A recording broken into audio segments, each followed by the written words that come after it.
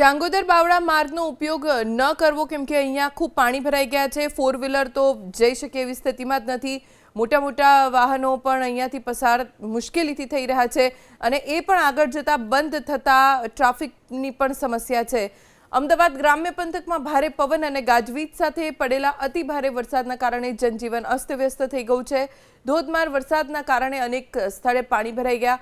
Ahmedabad Viramgam highway પર છારોડી પાસે રસ્તા ઉપર પાણી ફરી વળતા વાહન વ્યવહાર પ્રભાવિત થયો।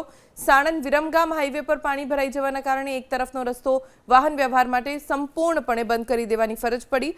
અમદાવાદ ગ્રામ્ય પોલીસે વાહન ચાલકોને સુરક્ષાના ભાગરૂપે આ હાઈવે પર ન જવાની અપીલ કરી છે। બીજી તરફ ભારે વરસાદની અસર રેલ વ્યવહાર પર પણ જોવા મળી। રેલવે ટ્રેકની આસપાસ પાણી ભરાઈ જતા ટ્રેનની અવરજવર પર અસર પડી। દરમિયાન સુરક્ષાને ધ્યાને રાખીને વંદે ભારત ટ્રેનને પણ 20 મિનિટ સુધી રોકી રાખવામાં આવી।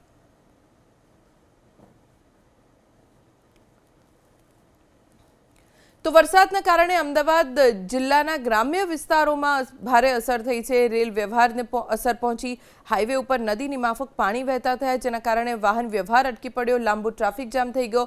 રસ્તો દેખાતો બંધ થઈ ગયો અને રસ્તાને બંધ કરવાની પણ ફરજ પડી જેના કારણે પારાવાર મુશ્કેલી લોકોને સહન કરવાનો વારો આવ્યો છે।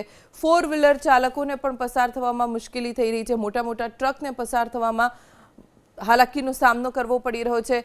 ઘણા બધા વિસ્તારો સાણંદ વિરમગામ હાઈવે જુઓ સાવ જળમગ્ન થઈ ગયો છે। અહીંયાથી લોકોને ન જવા માટે અપીલ કરવામાં આવી કેમ કે હાઈવે ઉપર એટલા બધા પાણી ભરાઈ ગયા।